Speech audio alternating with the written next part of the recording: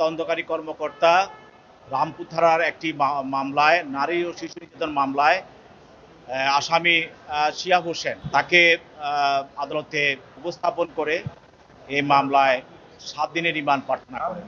এই মামলাটির বিষয়বস্তু হলো যে এই মামলার যে ভিকটিম, যার বয়স 10 বছর, তার নাম হলো আব্দুল্লাহ।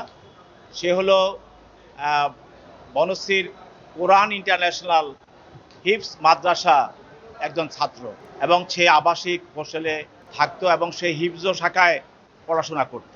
তো গত 5 তারিখে তাকে একটি বাথরুমের জানালা গ্রিলের সঙ্গে তাকে গামছা দিয়ে জড়ানো অবস্থায় তাকে মৃত অবস্থা পাওয়া যায়।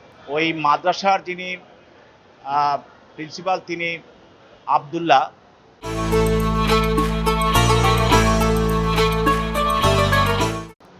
তিনি তার মা বাপকে ফোন করে জানান যে তার এই সন্তান আত্মহত্যা করেছে।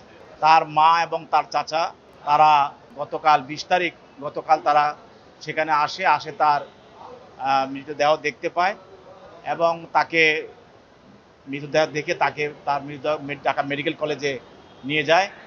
সেখানে ডাক্তার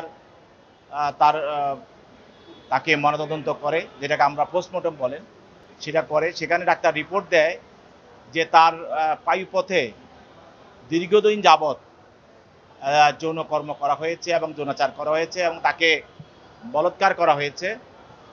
দীর্ঘদিনের সেই চিহ্ন, সেখানে ক্ষত চিহ্ন পাওয়া যায় এবং তার শ্রুতাল রিপোর্টেও, মৃত ব্যক্তির শ্রুতাল রিপোর্টেও সেটাও দেখা যায়, তার পায়ুপথে তার দীর্ঘদিনের নির্যাতনের চিত্র দেখা যায়।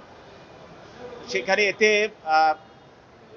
আশঙ্কা করা হচ্ছে যে তাকে দীর্ঘদিন যাবৎ ওই মাদ্রাসার যে শিহাব, যাকে গ্রেপ্তার করা হয়েছে শিক্ষক, সে সহ আরও অনেকেই এটার সঙ্গে জড়িত। তাকে যৌন অত্যাচার করে তাকে হত্যা করা হয়েছে এবং এটাকে আমরা আশঙ্কা করছি যে এটাকে তারা আত্মহত্যা হিসেবে চালিয়ে দেওয়ার জন্য তার গলায় গামছা বেঁধে তাকে ঝুলিয়ে রাখা হয়েছে। তো যাই হোক, তদন্তকারী কর্মকর্তা 7 দিনের রিমান্ড প্রার্থনা করেছেন এবং এই রিমান্ডের মাধ্যমে যিনি আজকের আসামি, সে কিভাবে তার সঙ্গে বিরূপ যৌনাচার করেছে এবং এর সঙ্গে তারা কারা জড়িত ছিল আরও, এবং তাকে কিভাবে হত্যা করা হয়েছে, এই বিষয়গুলি উদ্ঘাটন করার জন্য তাকে আদালত 8 দিনের মধ্যে একটা পুলিশ প্রতিবেদন দাখিল করার জন্য নির্দেশ দিয়েছে এবং আসামিকে জিজ্ঞাসাবাদ করার জন্য 5 দিনের রিমান্ড মঞ্জুর করে তদন্তকারী কর্মকর্তার কাছে ন্যস্ত করেন তাকে জিজ্ঞাসাবাদ করার জন্য।